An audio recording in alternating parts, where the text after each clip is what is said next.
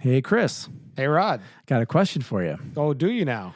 Do you think that it's possible to connect with someone after they've died? I really don't know. But lucky enough, our guest today will help us explore that.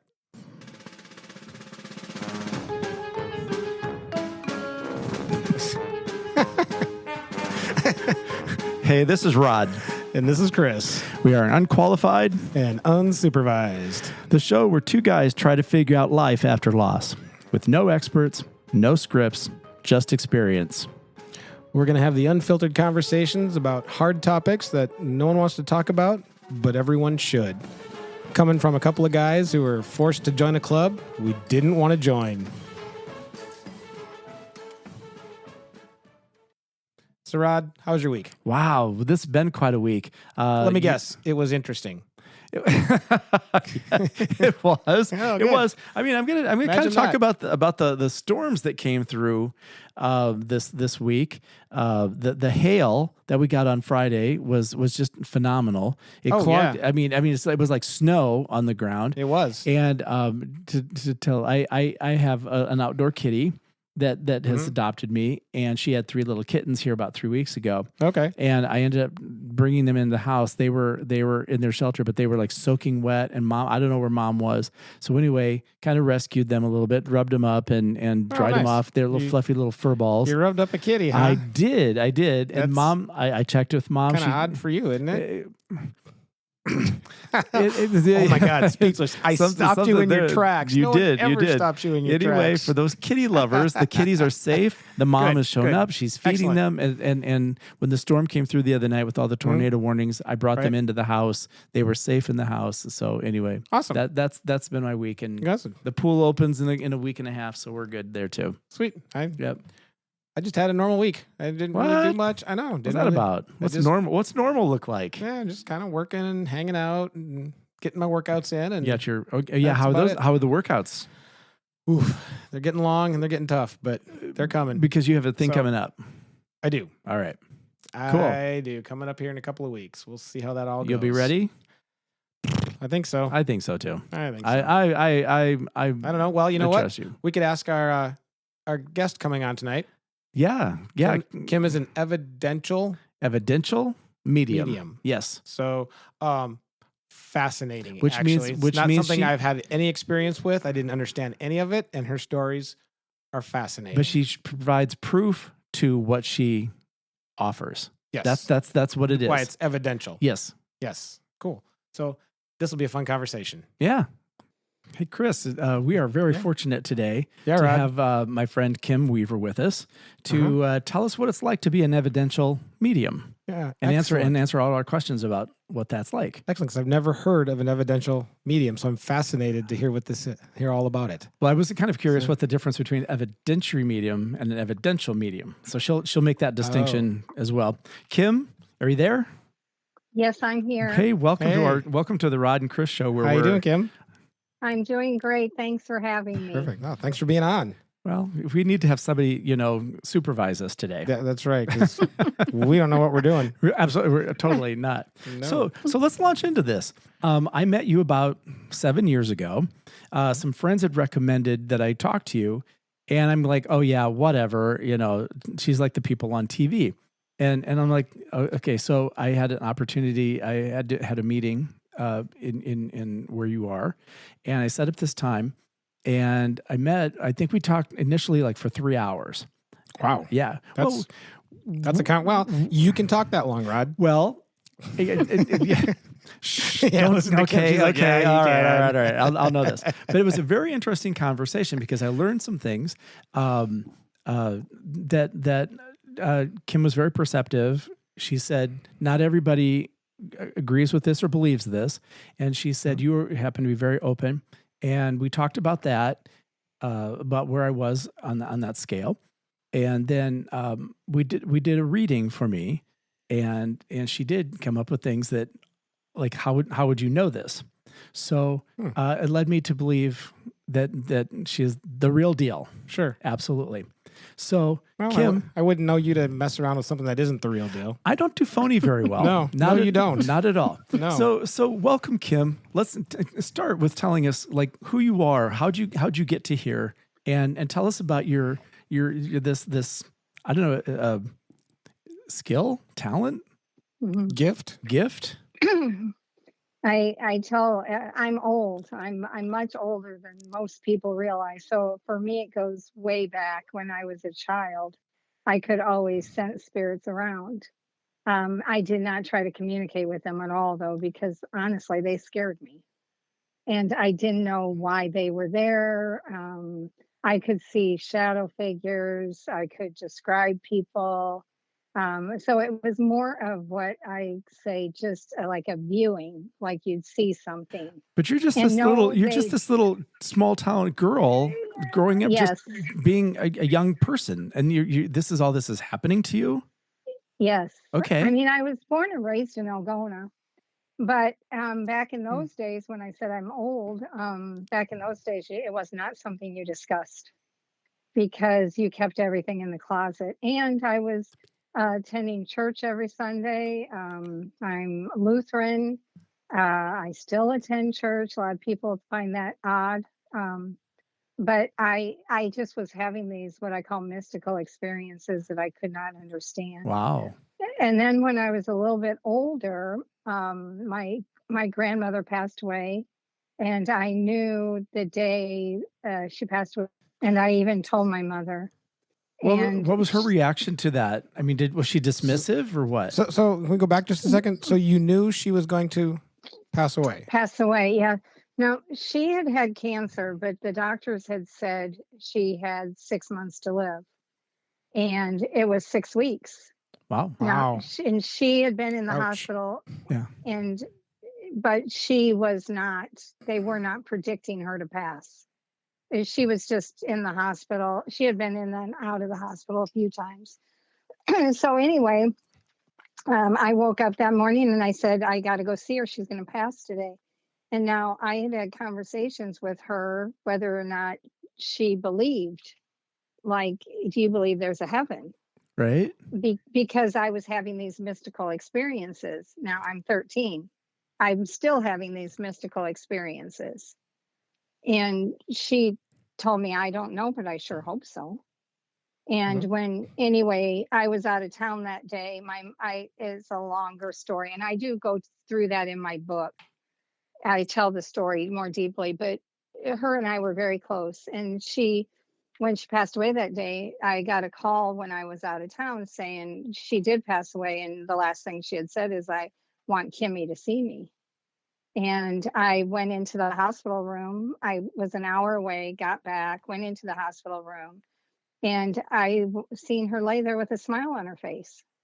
And I'm like, oh my God, I'm not crazy. There is truly a heaven. There is a place. And that sent me on a little bit of another journey for just a little bit. And then I'm a kid, I'm a teenager. So I go back to my life. Graduated, went to college, moved to Dallas, Texas, and I was living in Dallas, Texas when I had that same feeling again, and that feeling was, oh my God, my dad's going to pass away. And so I frantically tried calling him. And now I don't get much notice. That's the other thing. While I can pick up someone's going to pass away, I don't always get a lot of notice. It's not like months away or days away. It's like like that morning, like you said, you woke up and you had these sensations, the feelings. Yeah. Right. Sure. Sort of like working with Rod. It's like all of a sudden, hey, we're going to do this now. I am full of sensations and feelings. I know it. So, I had a similar thing happen. The gal here in Algona, she was murdered in a bank robbery. I had been in to see her. And I'm like, she doesn't have an aura. And I thought that was odd. And the next morning she was killed in the bank robbery. So I pick up things from people, or I pick up their energy. I say it's like reading energy. But anyway, back to my dad. Go ahead. Interesting. So what you say, she didn't have an aura. What does that mean? And it's like she didn't have energy around her. Normally I can pick up the life force energy around things. Because auras come in colors. green, blue, Correct. yellow. Okay. But not everyone sees it in color. Some people just see, like if you rubbed your hands together and then held them apart from each other like an inch, you might see like energy Oh, okay. between them. So for me, when I look at people, a lot of times I see this little energy that goes out maybe, I don't know, 3 inches around them. I'm sorry, you missed that. Part of that. Rod just did it with his hands. He just tried to see it and kind of put his shoulders in the air like, oh, I don't see it. I'll try it later. Anyway, okay. So anyway, this girl doesn't have energy. Okay, so now she did not have any. So I knew then, but I didn't put 2 and 2 together until the next day after it happened. Ah, okay. So my dad, I just knew, and this was in 1986. So we're going back a ways. I tried frantically calling him because I'm in Dallas and he's still in Iowa, and could never get through on the phone line because we didn't have cell phones then. Right. No, we did not. And I tell the story. I went to a Charlie Pride concert in Fort Worth at Billy Bob's that night with friends. And when I got back home, That's an old sentence. My sister was standing there. She lived in Texas, waiting. And I said, Dad passed away, didn't he? And she said, yes. How did you know? I said, I knew earlier. And so my father meant everything to me. I was extremely close. And my mother and I have always had a difficult relationship, but my father and I, it was never difficult. And that then really created a lot of grief. Now, that didn't stop there, though, because I came home to Iowa for his funeral. I'm the executor on a will at 21 years old. Wow. I don't know what I'm doing. I go back to Texas a month later. My grandmother passed away, his mother. Then I come back for her funeral, go back to Texas. A month after that, my grandfather passed away. So I had 3 significant losses in 3 months' time. Yes. Holy and moly.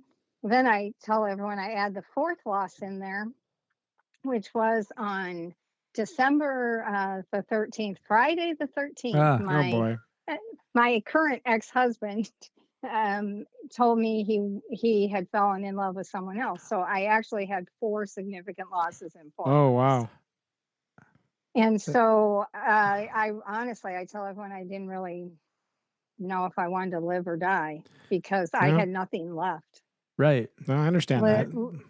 Literally nothing left. And so I got involved in drinking too much and drugs and some other stuff.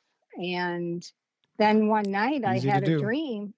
I had this dream, and my grandmother came to me in the dream. Now, my ex-husband and I had gotten back together. So this was like 3 to 6 months later, not very long. Anyway, we had gotten back together, and I had a dream one night. My grandmother came to me in my dream, and she said, Kimmy, if you don't change your ways, you'll be joining me here. And the next morning I got up. I never touched another drug, got rid of my ex-husband. Now my ex-husband, and moved back to Iowa and started my whole life over. And now during that time, those mystical experiences had disappeared, gone away. And then as soon as I moved back home and I quit doing a lot of things, I started having mystical experiences. And then that sent me down another rabbit hole. I wanted to communicate with my dad so bad. I spent thousands of dollars on mediums. So you went to them yourself then? I went to them myself, yes, because I wanted to connect with my dad so bad. I wanted to know he was okay, because my father was killed in a plumbing accident. He was helping a friend of his unclog a drain, and it was the 2 chemicals mixed together the day before that caused poisonous fumes. And he was 51 in excellent health, didn't smoke, didn't drink, nothing. Right.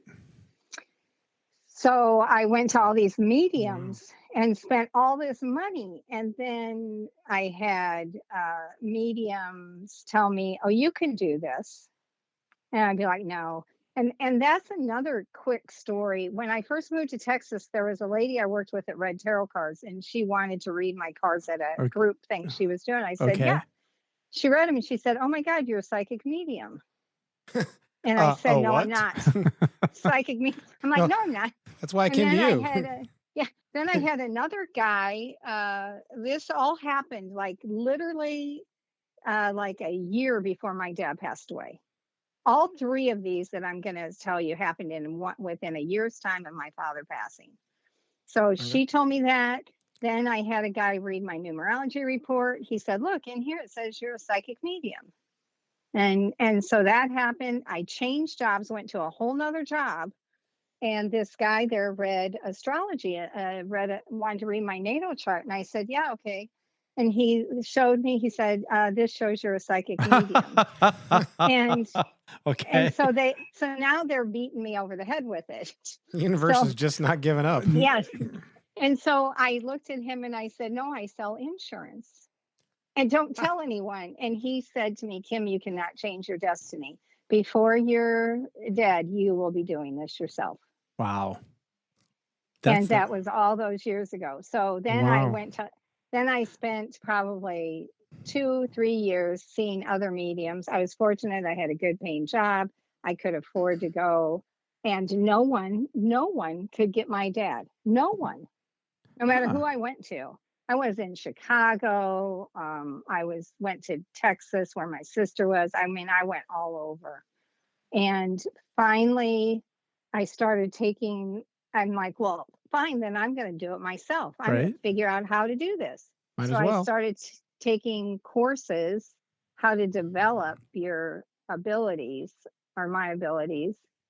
And after about a year of taking courses myself, I went to see a medium. I think she was in Chicago. And anyway, I sat down and the first thing she said to me is, "Oh, I have your dad here. He wants to say hello." Whoa. Wow. And I'm like, after all this time. Now, for me, I think he did not come through. If he had come through the very first medium I went to, I would never have developed. I would have been happy. Sure. I would have been thrilled and said, "Okay, I'm done." But because he did not, and so that's, a lot of people wonder, well, why don't they come through right away? Why can't you get them? I mean, that can be a variety of reasons, but for me, that would be one. Right. But If he did, yeah, I wouldn't have developed. Well, then, but it's all there's a metaphor in there. The path seems rough, but in the end, when you look back, it's like if you had not done that, right. This, I mean, that happens in everyone's life. Absolutely. It's like, well, I went through all these hardships, but then wait a minute, if you reflect back on it, it's like it got me to here. Right. You don't see the beautiful vista if you're not willing to climb the hill. Right. Right. So to and speak. if you don't listen, the universe will keep beating you over the head with it too. Oh yeah. Can we not talk about that? I'm not naming names, but Yeah, but I think it's still hitting a couple of us in the room here. he's knocking us around for sure. So I have a question. So Yes. So you have the energy, you realize your dad's going to die. Then he does. Mm-hmm. Does your grief for him and his passing start when you know it's going to happen? Or did it kick in really when it happened, or sort of a combination? No, when I knew it, and remember, I had that same feeling when my grandmother passed away. That's what I was and wondering. now here's this feeling again. I'm in panic. I'm in absolute panic mode because there was no cell phones. And I could not, my father did construction work. And so he was always working, never home. And it was on a Saturday. And normally I called him every Sunday. So this would be out of character for me to call him on Saturday. It just so happens when I kept trying to call him was when he was over at a friend of his he went to high school with.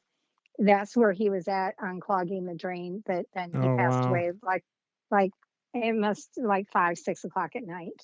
Wow. You were that close to it. Yeah, I was that close to it. And so then I go from panic, I can't get a hold of him, to now extreme grief. Because here I am in my early 20s, my dad's 51, he was everything to me. Yes. And sure. I didn't have kids, and I no longer had what I thought was a husband, and I mean I had nothing at that point. Wow. And I was living in Dallas, so I went into immediate grief. I felt bad. I was flying home on the airplane, and the poor old man sitting next to me, he was old at that time. I could not quit crying, and he just kept saying to me, "Is there anything I can do? Is there Oh, boy. anything I can do?"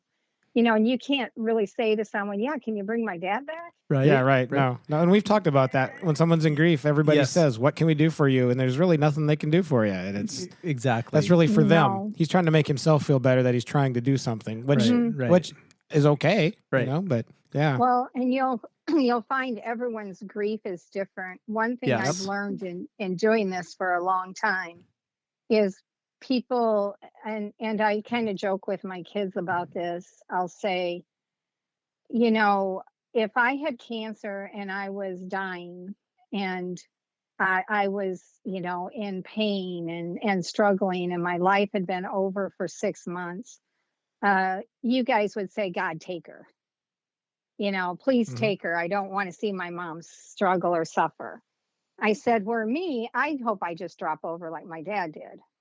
But Right. when that happens, the people alive are left like what I went through, because the day that your loved one is given I call it a death sentence diagnosis, that's when the grief really starts. Right. yes, Yes. yes, I would agree. Because and you're like, "Oh my God," then you start that grief process where when there's no forewarning, when you have no forewarning, it's like Right. that's when the grief starts. Yes. Right. Yes. And I've had that discussion with many people because my wife had cancer for almost 5 years. And for most of that, we thought she was going to make it.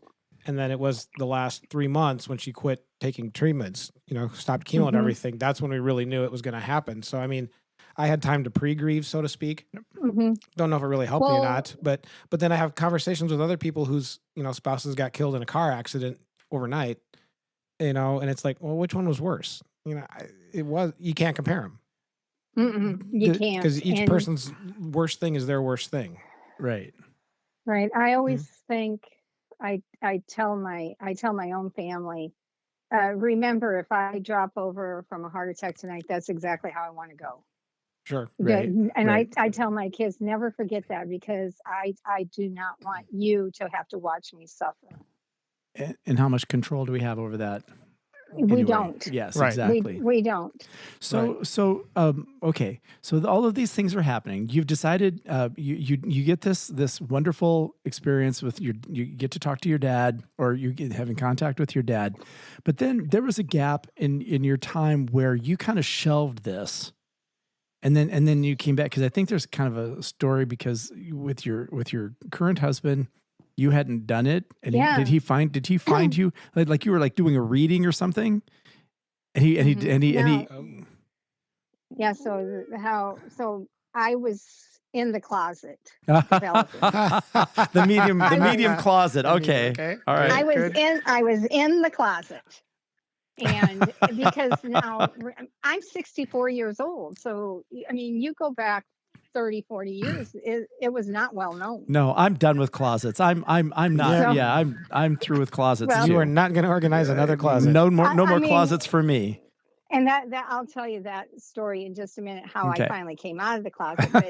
But what happened was I was still fascinated by it all, that, okay, now I want to be able to communicate myself.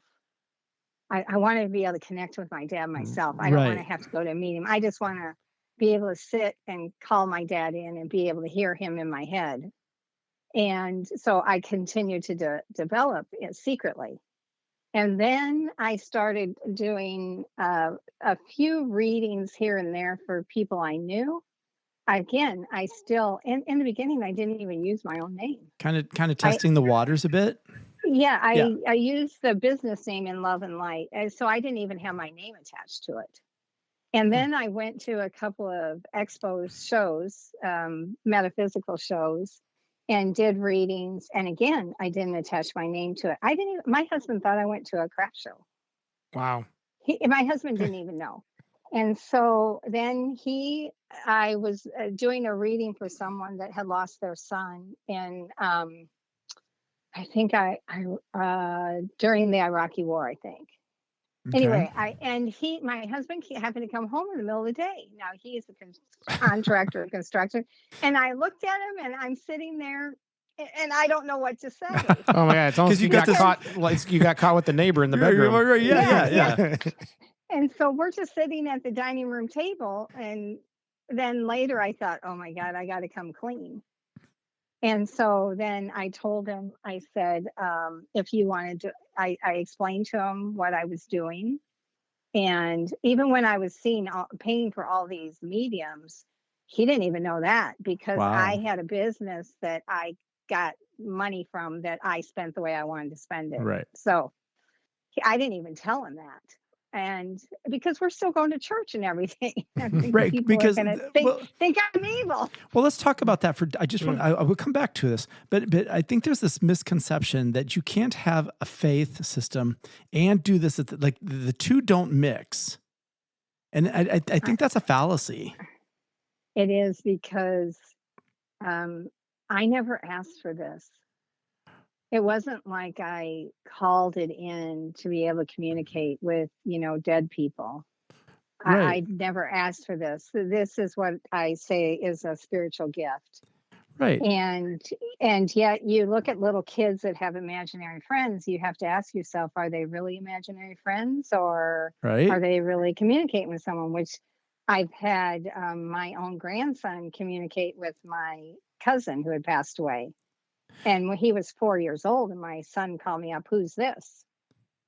And I'm like, oh, that's my cousin. Wow. Because my grandson, it was his imaginary friend.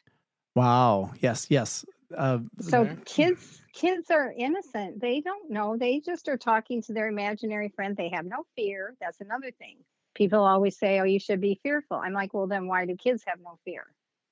Right. They have no fear. Well, they don't have any preconceived notions either. No. Right. No, they're open. They're innocent. Okay. So you're sitting at your dining room table, and your husband walks in, and you get busted. Yeah. So then I told him that night what I was doing and what I had been doing. I pretty much came clean and said to him, if you want a divorce, I understand. Whoa. Because at that point I had one child left at home, and she was a senior in high school. And he looked at me and he's like, why would I want a divorce? I've been with you through all these other shades of hair color. Why should this surprise me? Right. And I mean, I think he was surprised, but he still loved me. Right. Because I was still me. I mean, I was still me. Yeah, you were more than this phenomenon. Yeah. Yeah, and I don't know if I would call it that. I always say I'm just blessed that I was given the gift. But I'm going to go back, because I've had readings with you, and you've said to me, Rod, you can do this. You can tap into it. I haven't done it, but I have kind of, because I'm gonna skip ahead here. Kind of. Well, kind of. Well, okay. I had kind of pregnant. I had my reading with Kim.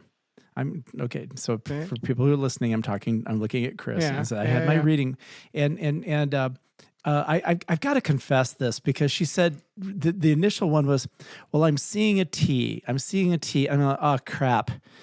I've driven all the way to Algona, and this girl's going to be just like the guy on TV in the audience. Oh yeah, the T. That's like my brother. And then, yeah. But then she clarified. She goes, the T is someone close to you, and your mother and your father and your aunt are here, and they're explaining somebody T. Well, the T was my brother, because it was their birthdays close together. And I remember this distinctly. We share a birthday. And she goes, your mother is, yes. That's pretty close. Yeah, that's very close. Yeah. Your mother is going, yes, this is what it is. So the reading went really well after that. I mean, like she did describe the day my mother died, and in a detail that no one else knew. In fact, I didn't question it until I was talking to my sister. And I was talking to her, and Marty, my sister, got really quiet about what had happened. And I said, well, Marty, you were there. And she said, but you didn't tell me what happened in this moment. So that's when I knew what Kim had told me was something only my mother and I knew. And Kim, I just met her an hour earlier, and Okay. she's nailing this, you know. Mhm. So when I tell people like, do you believe this? I absolutely do. How do you explain that? So anyway, I was telling people about my experience with Kim, and I said, you've got to do this. You've got to do this. And I'm skipping probably, unfortunately, all over. But anyway, You are, but we're used to it. yeah, you should be. But anyway, I want to skip to this because I was telling people about it, and people were saying, "Hey, Rod, I'm not getting over to Algona. I'm not doing it." I said, so I called Kim and I said, "Hey, what would it be like if you came to Clear Lake? You know, because all these people want to see you." And so over the last 6 years, I've had her at my house literally three times a year, you know, and I have her do these readings. And with great satisfaction, confession, I almost painted the whole house and did everything before she came. Now she's lucky if I dust and vacuum. It's a, you know, so It's always clean. but I always very appreciate it because every 3 months I've got to dust, you know, it's great. But no, but the readings, like when Jeff had his diagnosis, literally one of the first things he said was, I want to talk to Kim. So Kim was gracious enough to come over, make a special trip just to talk to Jeff. And I stayed for just a few minutes, but I didn't want to stay. I wanted the conversation between Jeff and Kim. Sure. And it wasn't until about the next year I asked Kim about what did you and Jeff talk about? Do you remember that? And she told me what transpired during that conversation. And I think that conversation gave Jeff a lot of comfort about what his own mortality, what his own passing would look like. What does dying look like? And I think a medium can walk you through that. And I think Kim did a wonderful job. I don't know, Kim, what you want to weigh in on that? All I can now, I have not personally passed away, so I always am speaking from how the other side gives it. Right. And when I say the other side, it's those who have passed away. But how it's always been explained to me by the other side is it's just like walking through a door. Literally, like I go from my living room to my bedroom. You walk from one room to the next. You're It's here, literally you're there. So- You're here, you're there. It's literally that simple. I have to interject this because when we met, it was really funny. She goes, on the other side, it's like they can take the roof off of your house and they can observe you. Correct. I'm in trouble. And she goes like, no, you Yeah. aren't. I said, oh, yes, I am. Yeah, you are. I know. Oh, yes, I am. You spend a lot of time alone. It's like, yeah. And we that's another podcast for another time. Yeah, So another anyway, venue. so eventually Kim explained to me, she goes, Rod, people judge. And on the other side, do. they don't. On the other side, there's knowing. They know things. They're deeper. They do not judge. You know. Okay. So that's good. comforting. Thank God. I know, right? There's a reason I don't judge people. Yeah. Because Yeah, I don't deserve to. But another thing you said that day was significant in the fact that when you do a reading, it's like you're opening doors and you're inviting whomever to come forward. And people can be, and you can be very specific. I really want to talk to my grandmother, or I really want to talk to this person. Mm-hmm. You know, so there's that element to it. So, So- you had a question. Yeah, a question that I have. So you've connected with, I'm sure hundreds of people or more. Do they always explain it the same way? Does it always look the same? The crossing over, or Yes, pretty much. Now they will Interesting. say it comes back to how they passed as well. Wait a minute. No, There is talk about that. Something to that. So Say that. Tell that story. If I was sick with cancer, Right. your own everything is run on energy, your consciousness, your thoughts, everything. okay, And so if you have this your consciousness, I'm dying, I know I'm not going to make it, that will look much different when you walk through that door versus if I'm on a motorcycle. I did a reading for a lady, her husband passed away, he's on a motorcycle, he went by, the wind pushed him over in head on with a semi Oh no. from that wind. And he showed me. He ended up clear out in the field. So he's walking me through this vision of what happened. He was He's clear out in thrown. the he was thrown clear out in the field. He got up, his motorcycle was by him. He got up, he felt his head, and he's like, oh my God, my helmet is cracked from front all the way down to the back. And she said, that's exactly what happened. And he got up and he told me he went over, he tried to get his motorcycle up and he couldn't lift it. And then all these sirens come. And now he's not realizing he's passed yet. Wow. So he's telling me this story like, I didn't know I had passed. And then the next thing he told me is that pretty soon, like his grandfather or grandmother, I forget, came to get him and told him, okay, you're with us now. We want you to come with us. But he said he was very confused. So that kind of goes back to if you ever read about near-death experiences, people talk about hovering over the doctors working on them. Right. Okay, so that would be kind of similar to him telling me about this motorcycle that he didn't realize he was already on the other side. Wow. But there's always somebody on the other side waiting. Because you're never alone. See, and I believe, I'm really going to take this down. I believe that Jeff was visited by his parents, and I called Kim on this. I said I woke up one morning and Jeff goes, I had this weird dream. I said, what's that? He said, well, I was with my mom. I said, what were you doing? Well, we were just there together. Next morning, had another weird dream. What was the dream? I was with my dad. What were you doing? Oh, we had a beer. So I called Kim right away and she said, he's being visited. So a month before he died, 6 weeks before he died, I went out to visit with him and he goes, I had one of those weird dreams again. What's that? He said, I was with my mom. And I knew what it was, but somehow Jeff never put it together so I truly believe that when he died, they were the people on the other side welcoming him.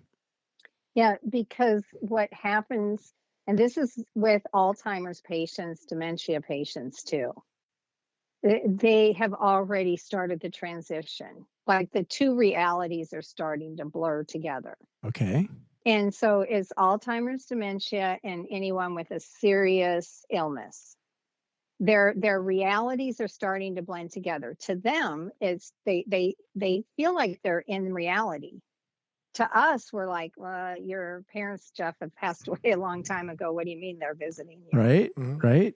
But to them, that's what brings comfort, is when your loved ones start to show up before you pass. Right. And they do. They do. They'll start to show up. Animals will pick them up. So anyone listening, if you have, a loved one who is very sick and you have animals nearby, the animals, your dogs, your cats, will let you know when their loved ones are starting to visit.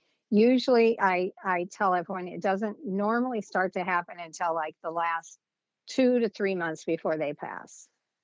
The animals pick up on the vibrations, the energy. Yes. Okay. Yes. They know that something energetically has shifted in that room. But I think there's something important about the dream aspect, because you mentioned it earlier about, that you had this dream. And speaking from my own experience with Jeff, I made him promise that he would, that he would visit me. And it was about a year and a half after he died, I had a very vivid dream about him. And I knew it was him visiting me because I don't remember dreams. But this, I remember to this day, exactly the colors, everything that was said, everything that was done. I remember all of it. And then he's visited me one more time since then. I remember every detail about that visit. And you talked about that with your family. Like you saw them in a dream. Mm-hmm. Is that right? Okay. Yes, those are visitation dreams.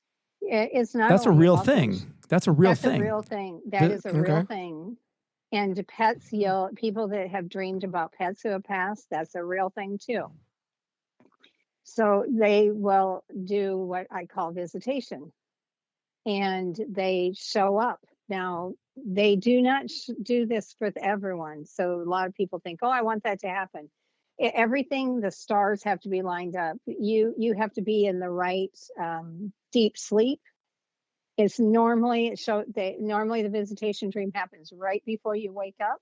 Oh, Like 4 or 5 in the morning is when you'll get that visitation dream for the people who sleep during the night. so 3 to 5, 3 to 5. These Yes. hours are crucial Yes. for that. Okay. Yes. Yes.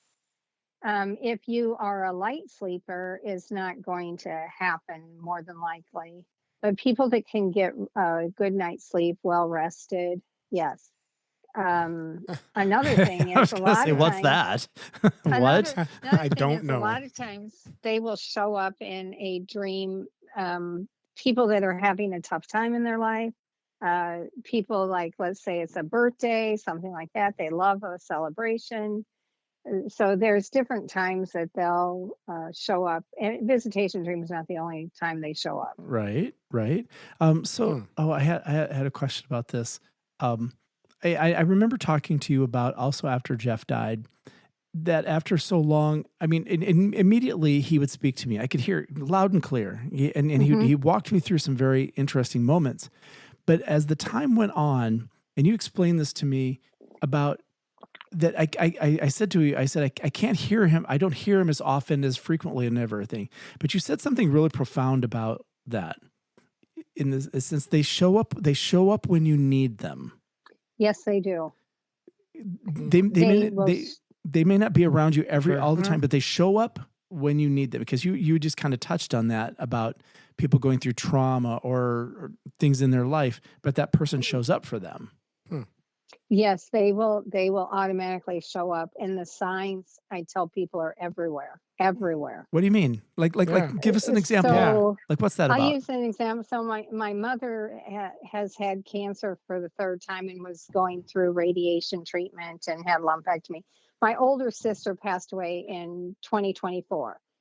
And when my mother was going through cancer, my sister had cancer too, but she passed away after 18 months. Where my mother, and she would say to me, Kim, she was in Texas, she'd say, Kim, if I wasn't sick, I would help you.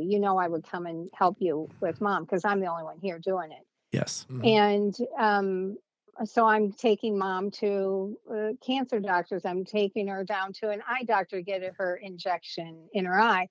And I look at the clock and it's 7:17. That's my sister's birthday. Oh. And I will look at the clock and it's like, oh, there's 7:17, the day before I'm taking Mom, or I can be taking Mom 7:17. And I know that's my sister's way of letting me know, hey, I'm here and I'm trying to support you the best way I can.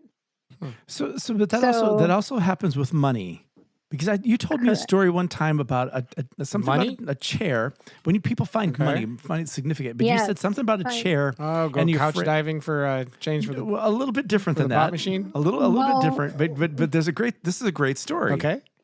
So my husband and I moved into an apartment temporarily. And we had just moved in, and so we had put furniture in there, and we hadn't been there that long. Anyway, I went to move this heavy rocker to vacuum, and there I picked up a coin, and it was on the day that, I forget if it was his birthday or the day that he passed, and it had the year of my dad's birthday.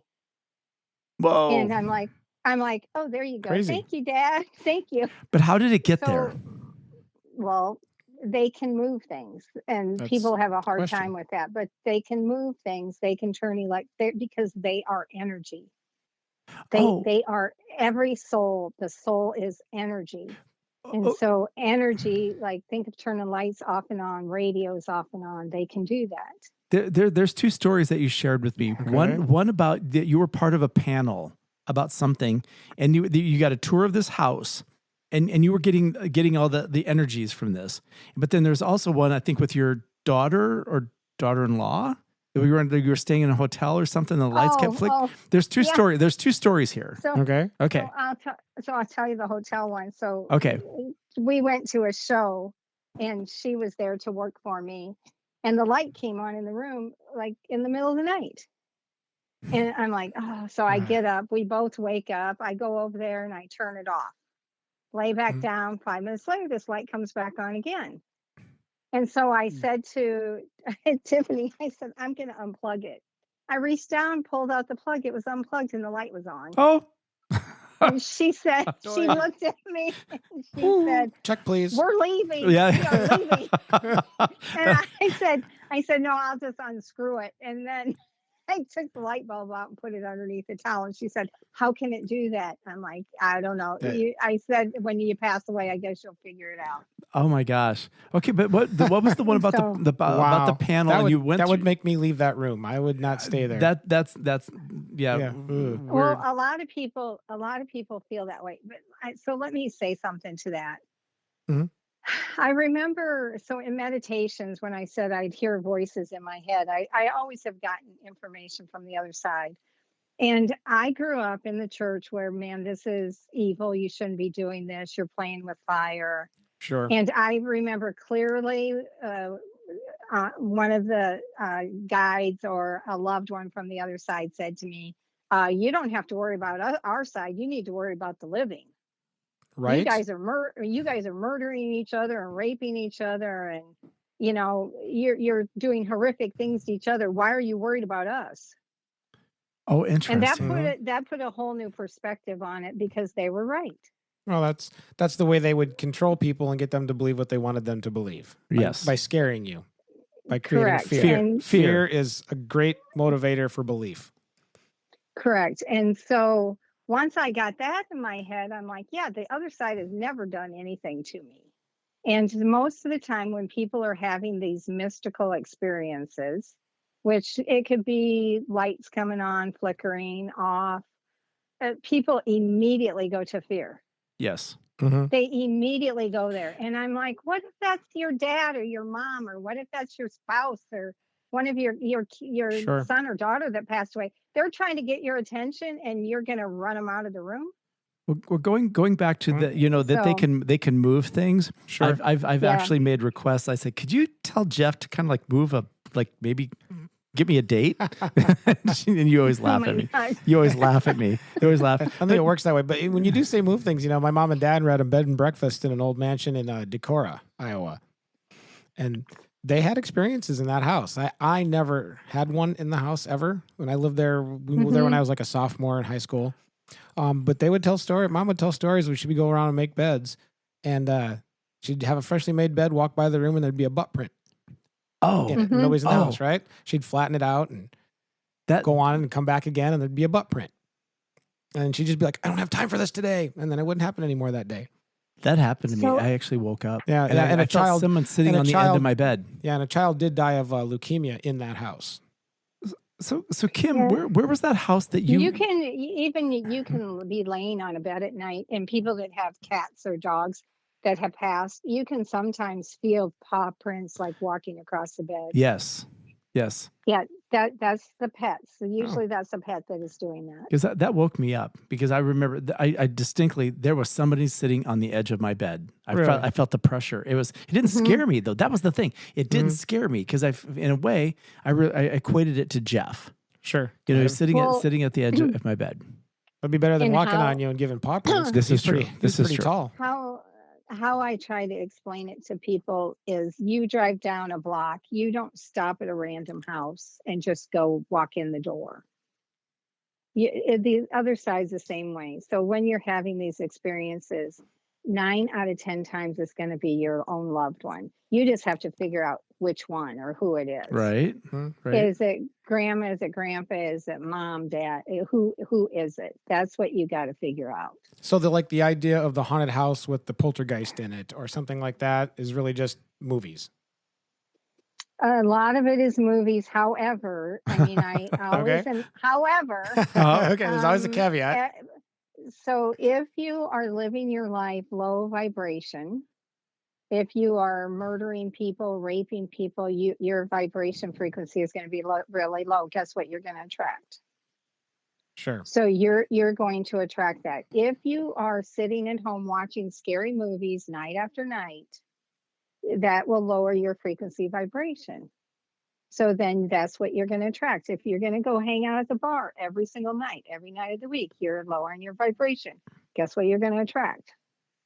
So you attracts like when it comes to energy, frequency.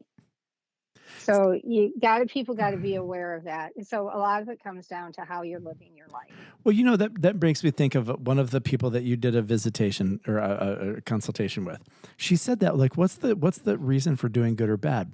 And you brought that up. Energy. The more positive energy you put out, the higher your vibration, the more good that comes. Like good attracts good, bad attracts bad. Yes, that's exactly right. And then the other one, I'm going to make this very quickly because we want to get to a final statement with you because we're coming to the end of our time. You brought something up about I wrote this down. Sorry. Meditation. He had to put his glasses on to see what he wrote down in front of him. Well, because you said I get still, and so what you're telling us is that we have this ability if we just sit and be still. Because if we sit and be still and we tune everything out, these our loved ones can talk to us. They can approach us because we're just being still, right? Yes. Well, and even Jesus would go off right by himself in the Bible. Right. Throughout the Bible, about meditation and being quiet, the silence, silent night. Yes. I mean, we would hear it over and over. I mean, it's shown to us over and over in the Bible. Noah, Moses, Jesus. I mean, John the Baptist. I could go on and on. Sure. Where they get quiet, they are still and go within. That's the meditation. Meditation, I have found, is the key that unlocks the door. Sometimes just being still, being quiet, shutting the world out, whatever. Oh, that's good stuff. And I drive with a lot of times no music, no nothing. Right. Just the quiet. But a lot of people can't stand the quiet. And I'm like, but the in the quiet is where you connect to the spiritual side. Right. And I often like to do my long runs without music. Right? Or headphones in. So just a question for you, Chris. Do you hear Janice? I don't. I don't. I have not. I have a cousin who has. So do you ever see any other signs like her birth date or the day she passed on a clock or license plate or? I haven't, but that doesn't mean it hasn't been there and I didn't notice. Start paying attention. That's that might the be other it. thing. I would tell everyone listening, start paying attention to the details because the details, that's where you'll see it. Sure. Winning is in the details. Well, you have to be the satellite dish for incoming messages. I mean, they're there. If we just listen, and pay attention, right? Wow. Yeah. Most of the time people are just so busy with their lives. They can pull up to a car, how many people look at the license plate? I look at it every time because there's signs everywhere. Right. Sure. Right. And so I had pulled up behind someone's license plate and it had my dad's initials on it. Oh, wow. And I kind of chuckle because it's those things that I get a big kick out of. So because the other side they do actually enjoy leaving signs for us. So that's cardinals, that's money, that's they're little practical jokes on us. Feathers, yeah. It can be someone walks up to you and says something to you and you're like, oh my God, my dad used to say that. Exactly. It can be something that simple. It can be a song. And that's another thing. So the music sometimes you can hear it on the radio, but sometimes all of a sudden you'll start humming a song for no reason. You need to ask yourself, who gave me that song or who does that song connect to? Because you can start singing a song or humming a song, not even realize you're doing it. And that's someone on the other side gave you that. Oh, that's fantastic. Okay, cool. Kim, we've come to the end of our time. Thank you so much for doing this. It's been wonderful. And of course, I'm going to do what I normally do. We've just touched the tip of this iceberg, and I want to have you on again. So we'll try to work that out. Absolutely. There's so much more. And this has been delightful and very informative. I appreciate all of your wisdom, and I appreciate you giving us the time absolutely. to do this. This has been fascinating. I've never spoken to anybody who has this kind of experience, and it's really cool to listen to. Thank you. Thank you for having me. I've enjoyed it. This has been a lot of fun. Absolutely. Well, thank you, Kim. Thank you. Wow, Rod, what another great interview. Yeah. It was fascinating. I've never spoken to anybody who's a medium or any of that kind of stuff. And that really, Not really something I get into. I'm not sure what I necessarily believe. I know there's something out there, but I like the fact that she talked about, really focused about energy Right. and not ghosts. You know, she's not seeing dead people. She's not, I mean, she kind of is, but True. But that's not really the way she was talking about it. No, I think the light she put on it, there's another dimension. We're in a third dimension. There's fourth, fifth. There's other dimensions. Mhm. And when people die, they do pass into that dimension. I believe that. I mean, because the way she's described it and the information, and I do believe that, like Jeff and Janice are in that dimension, and they're with loved ones that are they're there, and it's comforting to know that they're okay. Yes. I mean, that's a great comfort. The most important part, I think. But the energy thing, okay. right. The energy thing is so important, because I had one friend. If we all go to the same place, what's the reason for doing good? And Kim would explain that the more positive the energy that we give out, the higher our vibration becomes, the stronger our vibration. She talked about that, the high frequency versus the low frequency, and what you attract. So if they're all in the same place, attracting similar energies. Like, well, why would you want to be near a Hitler or Mussolini? Right. But because they did bad things, right, their energy is lower. You may not be with them in that dimension. But so it's a really great motivation for me to give out as much positive energy as I possibly can. Sure. And because when we put out good, we get good back. Right. Good out is good in. Right. Bad out is bad in. Same thing in audio engineering. What? You put a shitty signal in, you're going to get a shitty signal out. It doesn't matter how much you process it. The auto-tune is not going to fix it if you sound like crap going in. It's an interesting metaphor, but sure. Yeah. But no, it's fascinating to know that this really, really works. And Kim just nailed it. I think she nailed it. Sure. Yeah. And I'm glad you had a really good experience with her too. I did. And that made a difference.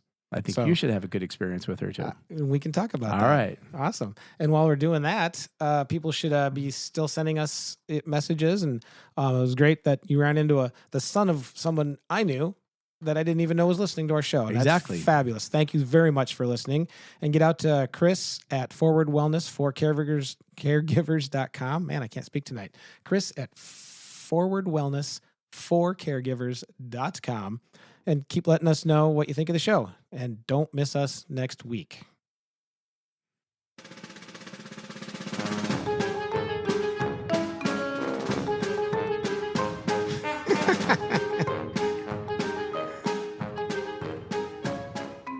Hey, Chris, I think we had another good show tonight. I think we nailed it. I think we got knocked around.